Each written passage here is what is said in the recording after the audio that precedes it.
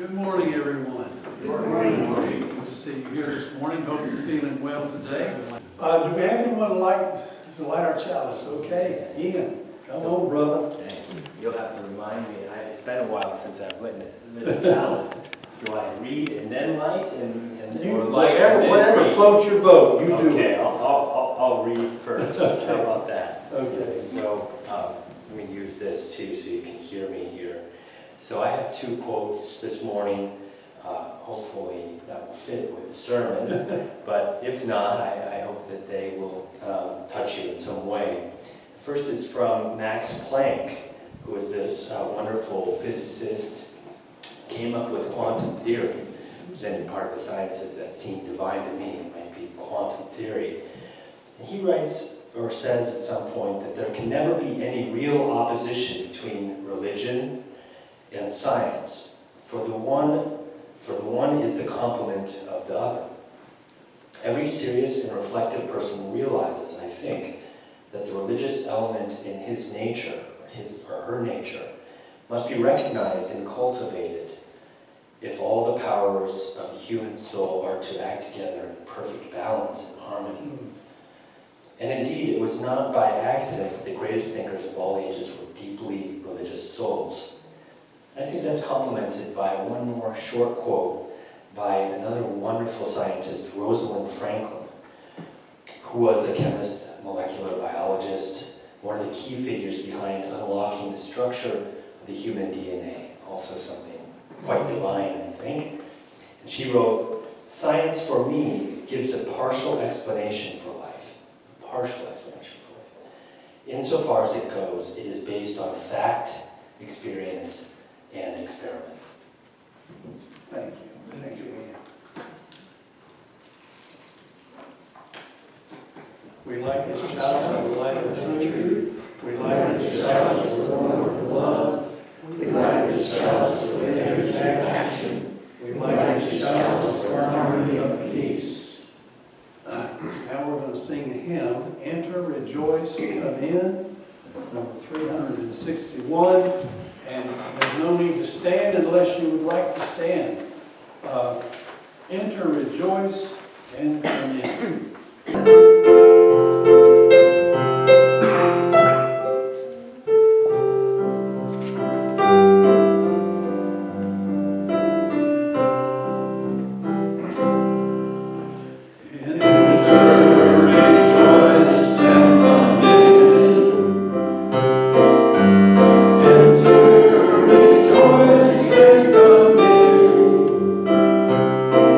Today will be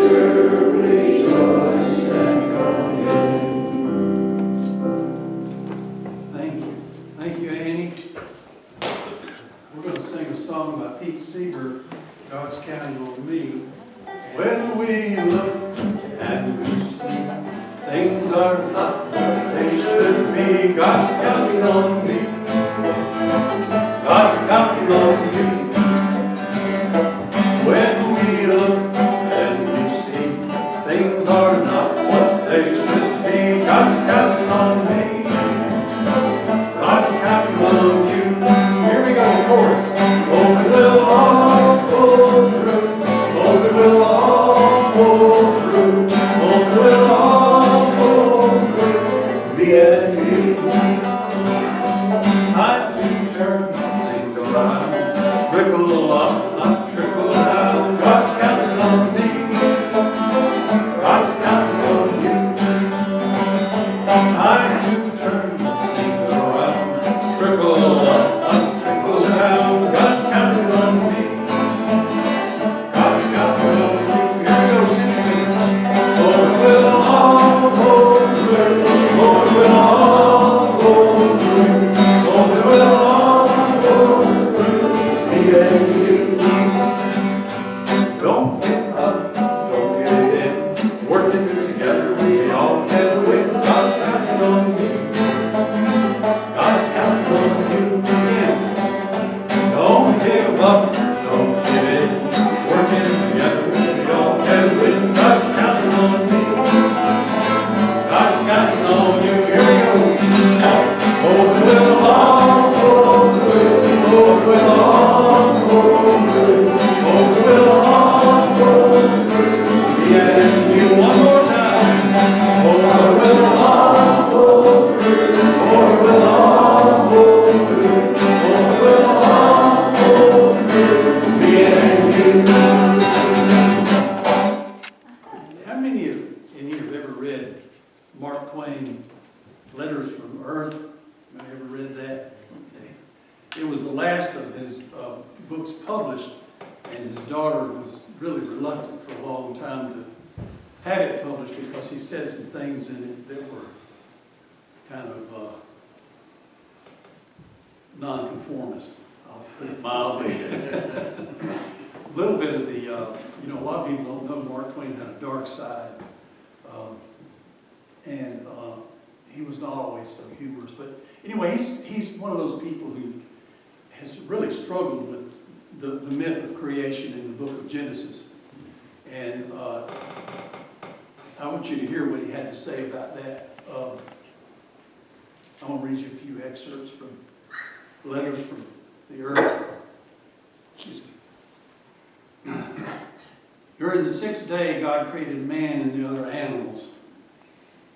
He made a man and a woman and placed them in the pleasant garden along with the other creatures, and they all lived together there in harmony and contentment and blooming youth for some time. Then trouble came.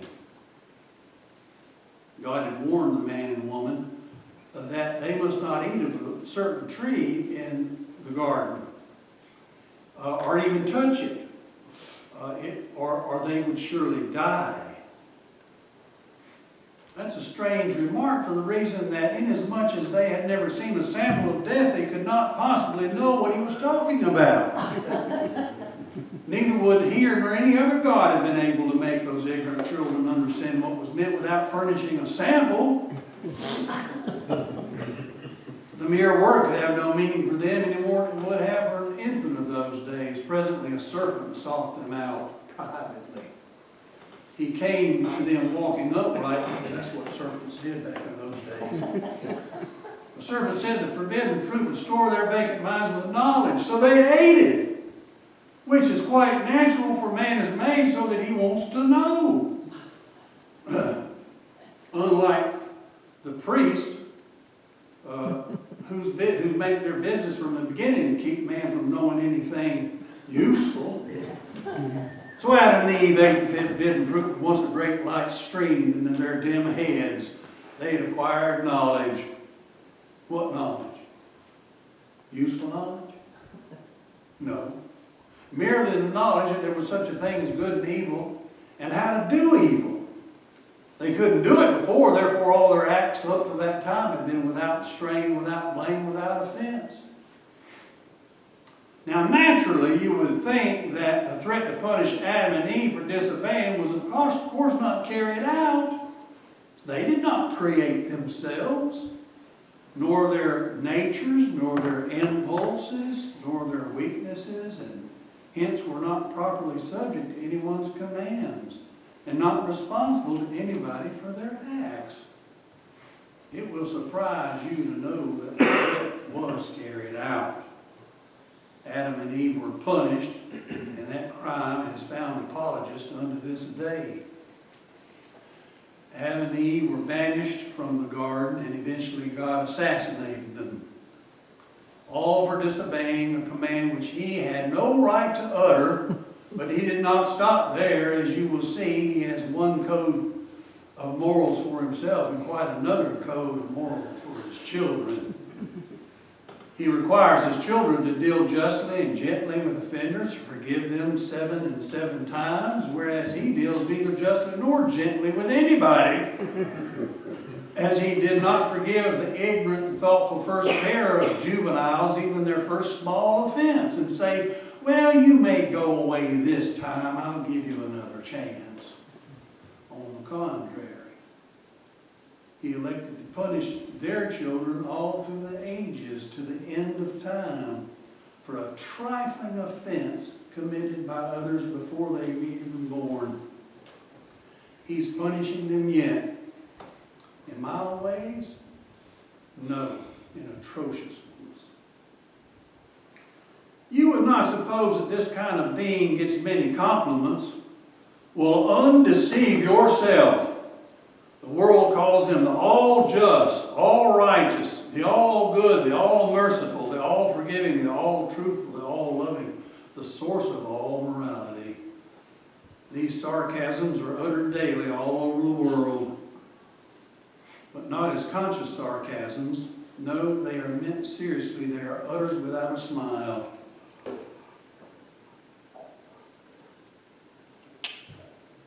Anybody want to say anything about that? That's great.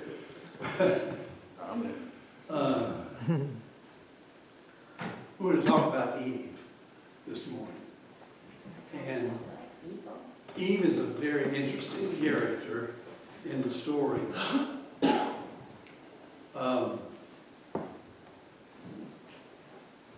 Because she gets the ball rolling with her act of disobedience.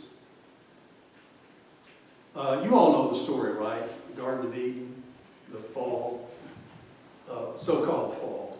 Now that word fall was added much later by early Christians because it's nowhere in the story itself referred to as a fall. But it was called the fall, and it's supposed to be man's fall from grace. And the other term used for it is often Felix Coupa. As it wasn't for the fall, we wouldn't have needed the redeeming acts, the atonement of Jesus, the death and resurrection of Jesus. We wouldn't need that if it hadn't been for the Felix Coupa, the good fall. It was the idea that it was good that it happened, the fall.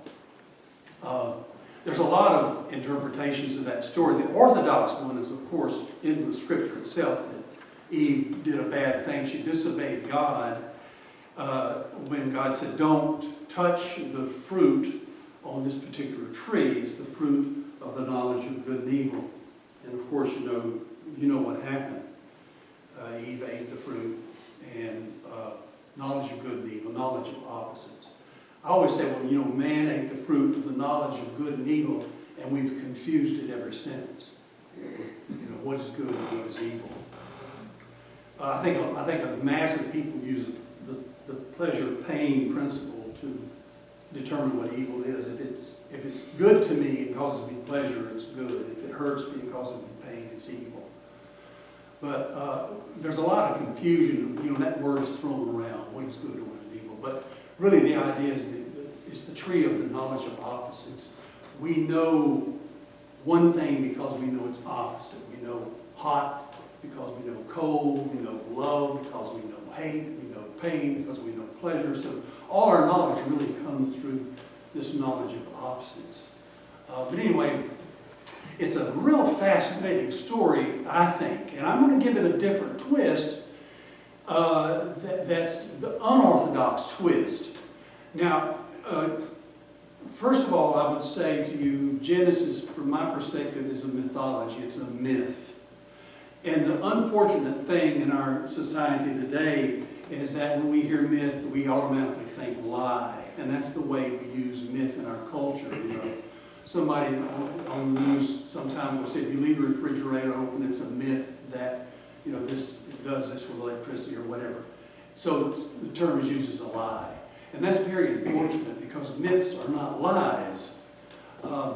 They may go outdated, but they're not lies. Myths are, a mythology is, when you think myth, think of images. Don't always think of words, but think of images. And think of images in motion. But mythology is made of images, pretty much like our dreams are images, because our mind is spinning off these dream images, and they have meaning. And typically the meaning of a myth is not something necessarily rational. Myths come out of very deep, deep emotions, instincts, passions, and impulses that sometimes don't make their way into consciousness, but they're there. So think of myth, think of mythic imagination, think of image. Now the questions that those early Hebrews were thinking when they put those stories together were serious questions. Like, where do we come from? Basically the question, why are we the way we are? What makes us act the way we act? What makes us creative? What makes us destructive? And that's the question that a lot of those early creationists are dealing with. What is human nature? What are we like? And of course, Genesis' answer to that is that, well, we are like we are because of Eve's disobedience. And it happened to be Eve. Now, Eve, listen to this. Eve is not a personal name. People say, oh, Adam and Eve, they lived 6,000 years ago in the Garden of Eden. Okay, that's a literal historical interpretation of a myth. Now, you may go that route, fine with me if you go that route. But I think going that route really limits our understanding of that mythology. There is no geographical place on this earth that's the Garden of Eden. Eve is a Hebrew word that means mother of all living. This is not a personal name. It's a Hebrew word that means mother of all living. Now Eve, if you trace Eve's history back, she evolved from the great mother goddesses of old. Before God became a man and a father, great mother goddesses ruled the earth. A great mother goddess symbolizes the unity of life. That's what all great mother goddesses represent. Life is one. Before it gets broken apart into, well, this is plant life, this is animal life, this is human life. Before any of that happens, the great mother goddess represents the unity of all life. All is one in the great mother. But of course, when the patriarchy comes along, they have to push that great mother goddess in the background to make room for the Father God, the conquering gods. The biblical God, Yahweh, is a warrior God. Exodus chapter 12, you read it, our God is a warrior God. So Yahweh in the Bible is a conquering warrior God, a male figure. So the first question you asked about that Genesis story, who wrote it? Men wrote it. Eloists wrote it, and they did not favor women. So they're going to create an unnatural birth where God creates man first. This is a story now. I'm not making it up. You can read it. God creates Adam. Now, Adam means from the dust. It's a Hebrew word that means from the dust. It's not his personal name. You can't go back in history and find Adam recorded in history because it's not there. Myth never happened. Because it's always happening. And I'll tell you, there's an Eve living inside of you. And I'll tell you a little bit more about the Eve impulse in a moment. It gave rise to science, and more than science. I'll tell you about the role of disobedience in human history, and the important role of courageous creative disobedience. Sometimes you have to disobey, but you have to know why you're doing it. We get to that in a little bit. Where was I? Okay, the story created by the eldest, that's the name. There are actually two creation stories in the Bible, if you've noticed. And the first one really is the newer one, and the second was really the old one, so they flipped them over.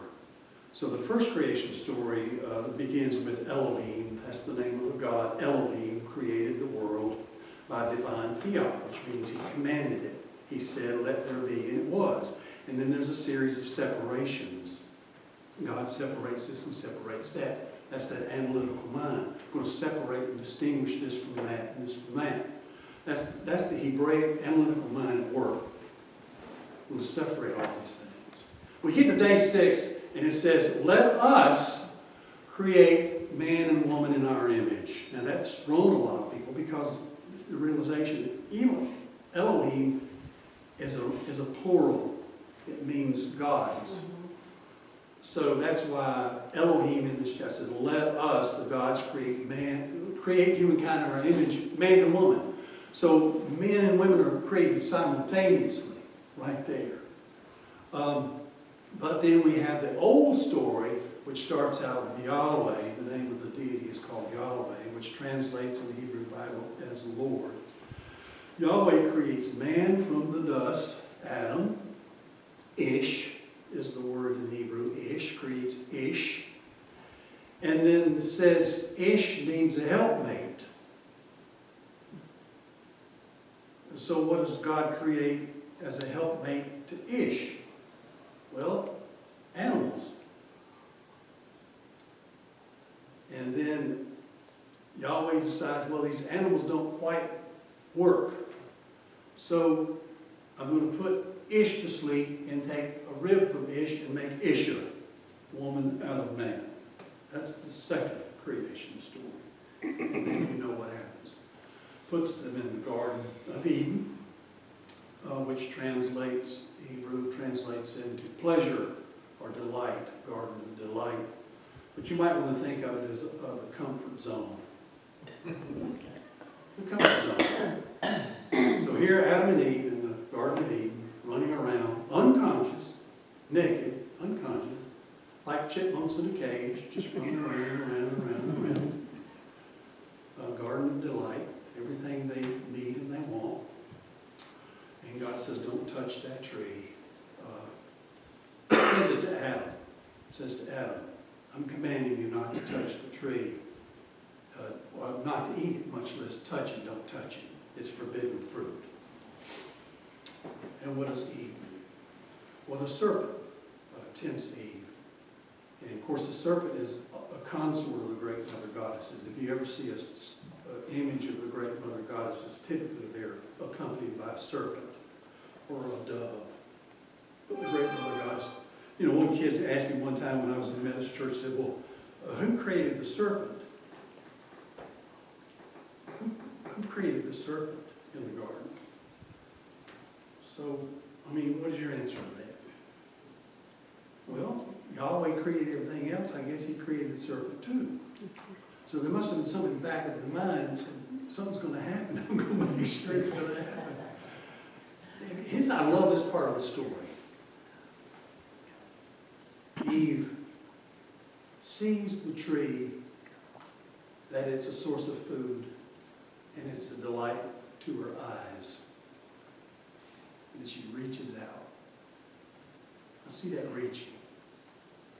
See that reaching? That's what sent the first rocket to the moon.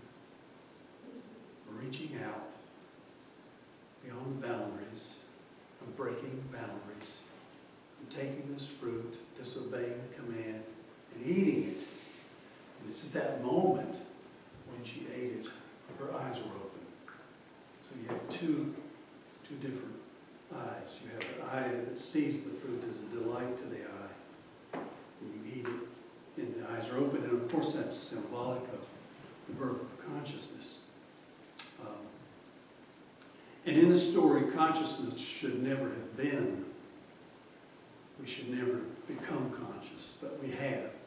And the big question lying behind that for those Hebrew theologians is, what's going to happen now that man has the fire of the gods? You know, Prometheus did the same thing Eve did. Prometheus stole fire from the gods and gave it to humankind, and he suffered because he did that. But the question is, you know, what are humans going to do with their consciousness? Are we going to destroy the planet? Are we going to survive? Are we going to restore the planet? Are we going to continue to kill each other and build bombs? Or are we going to build hospitals and heat? What are we going to do with this consciousness? And of course, in the biblical story, you know that it all goes downhill from there. But I want to focus on that and give a different twist to that story of Eve's disobedience, because I believe it was a courageous and creative act on her part to disobey. And that through her disobedience, you've heard that break through the glass ceiling. She broke through that boundary, and in extending her hand, she extended human consciousness. She expanded human consciousness. She expanded the horizons of humanity through her disobedience. She disobeyed God, and she got the ball rolling. Now, earlier on, I was thinking she was really the mother of science, but as I thought more about that, really she's the prototype of all creative disobedience, which may lead to science, which may lead to many things. That her act, rather than being a condemnation, should be an affirmation to affirm her act of disobedience. Martin Luther King disobeyed the law. It was a creative disobedience. He wound up in jail in Birmingham. He broke the law. He disobeyed. Jesus disobeyed God. Jesus disobeyed the commandment not to work on the Sabbath day. He disobeyed it. He disobeyed the second command to honor your father and mother. When the disciple says, your mother's outside, he said, she's not my mother. She's not my mother. Jesus disobeyed. And of course, what happens to him? You know, he's crucified, and we celebrate his life and his being. We should do the same for Eve. We should celebrate what she did in disobeying God, in stretching us out beyond the boundaries, advancing culture. To disobey with intention, you know, not just to disobey. There's two kinds of disobedience. There's the disobedience of the ego. You're doing it just to feed your ego. We know of a certain president, past president, who seems to be able to disobey the rules of law simply for selfish, egotistical reasons. They're not creative at all. But there's this creative, courageous disobedience. And I think, to me, when I read the story of Eve, I see, well, she's really the prototype. She's really the model for all creative disobedience throughout history. And I thought to myself, well, you know, Unitarian Universalists ought to be real comfortable with Eve, because our history is one of disobedience. Our history is one. I mean, I could name several, but Michael Servetus disobeyed the church's authority and the belief in the Trinity. But he also had cosmological views that disagreed with the science that the church was endorsing. And he was burned at the stake. So, you know, I said, well, Unitarian Universal, we ought to be pretty comfortable with that side of Eve that decided to break beyond the boundaries set by the culture, you know. Ian was mentioned science and the important role that science has played in our culture.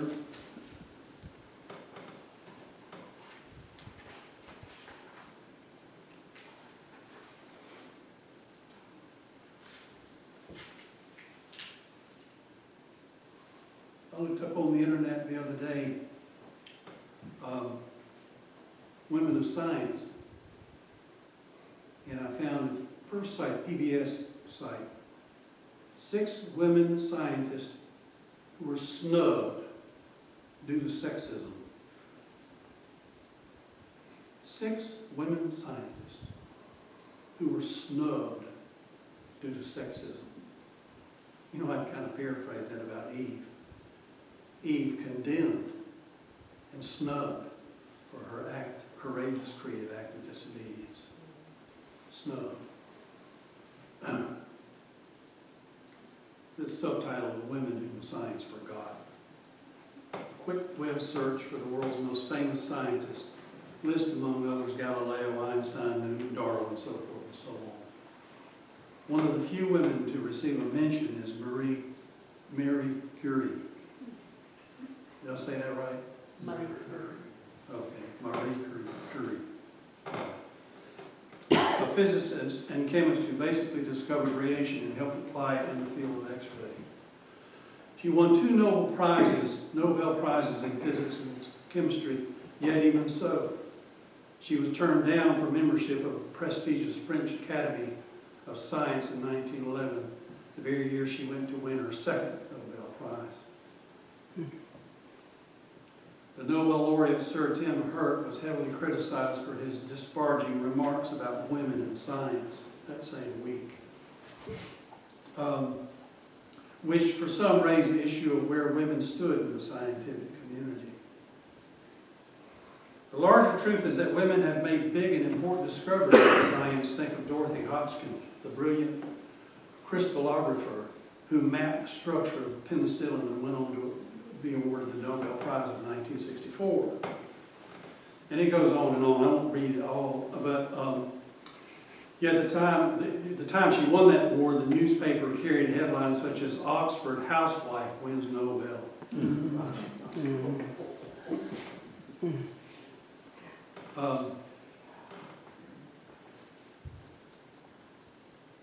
So I mean, it's kind of still happening today, and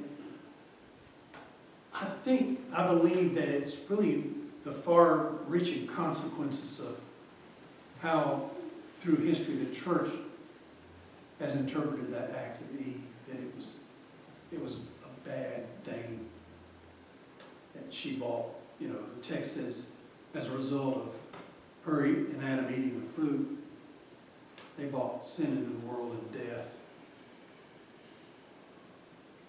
So, you know, why do we die? Well, we can blame Eve for it, right?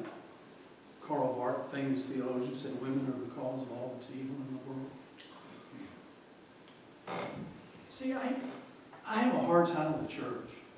I have a hard time with the way that the masculine psyche has interpreted the whole story from the beginning to the end, even Jesus. You know, it's interesting, I'm going to explore this in one of my messages. Jesus surrounded himself not just with men, but he surrounded himself with women. And women played a vital role in his life. But, you know, to me, through the ages, the church suffers from male chauvinism, misogyny. I mean, I'm just being frank about it, the way I feel about it. That men dominate, and they've always dominated. Now, I'm a Jungian at heart. Most of you probably maybe know that, or maybe not. Carl Jung. Carl Jung said every man has a woman inside of him.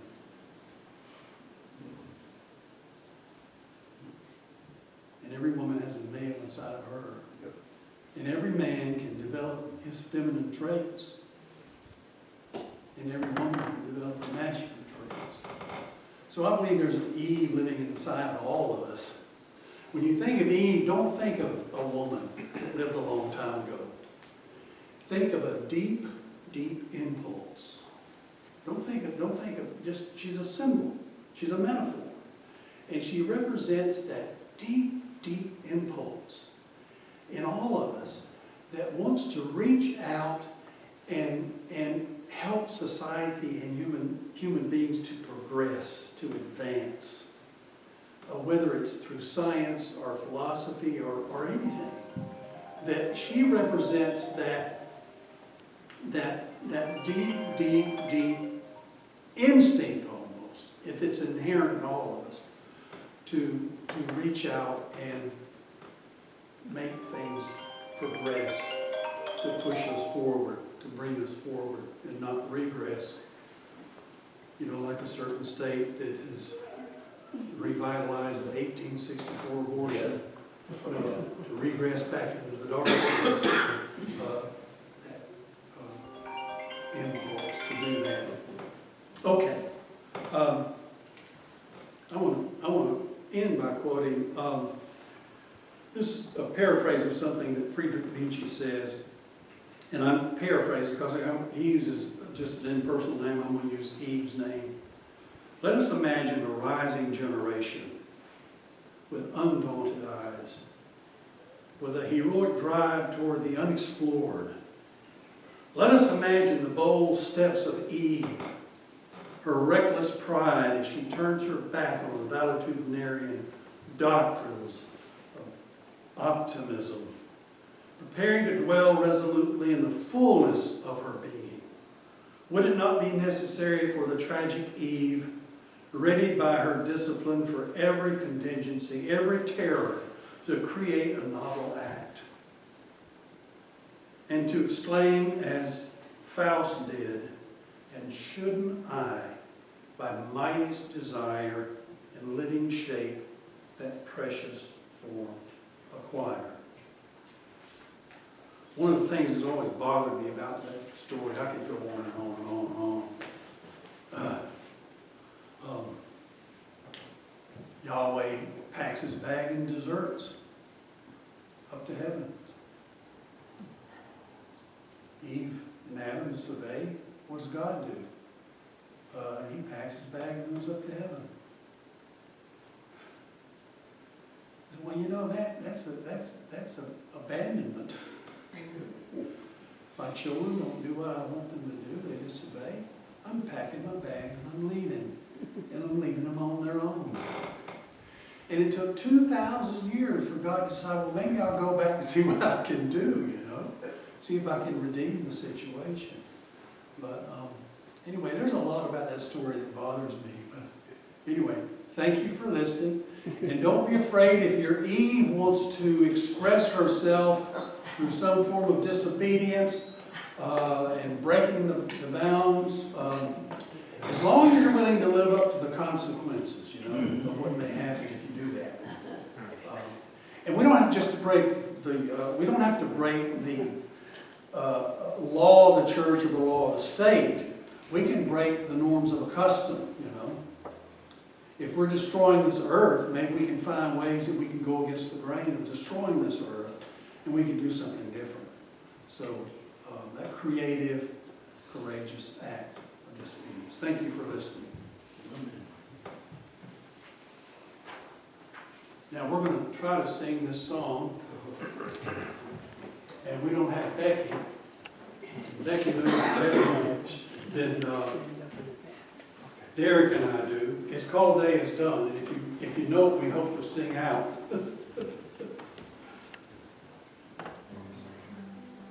Second prayer. Day is done.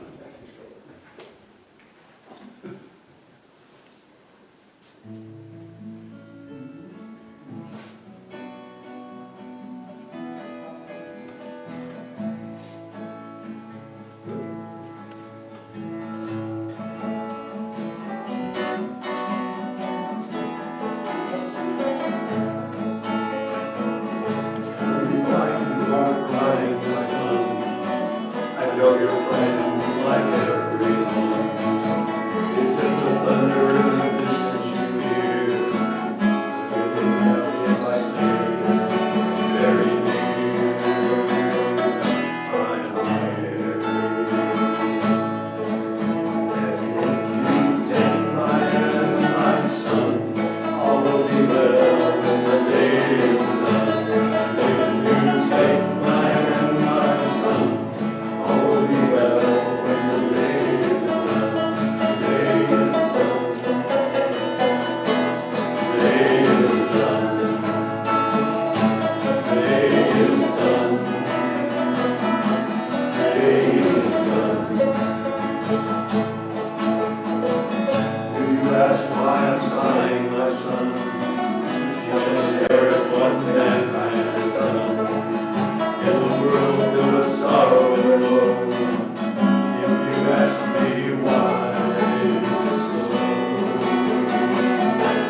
I really don't know.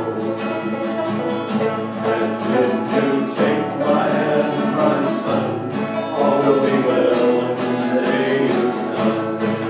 If you take my hand, my son, all will be well when the day is done. The day is done. The day is done. The day is done.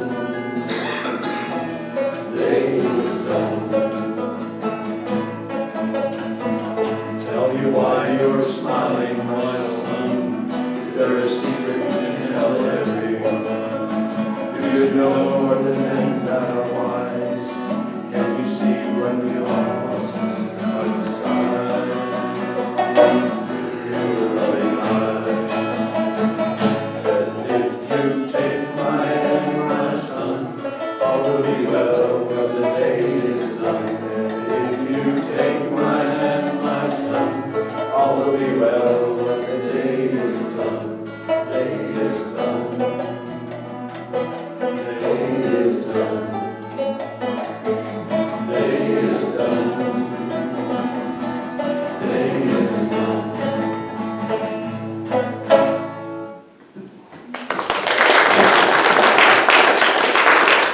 Oh, you're good, gracious, and merciful. Closing words.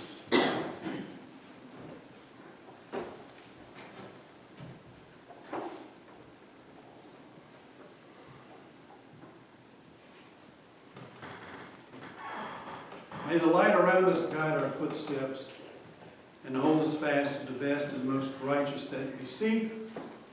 May the darkness around us nurture our dreams and give us rest so that we may give ourselves to the work of our world.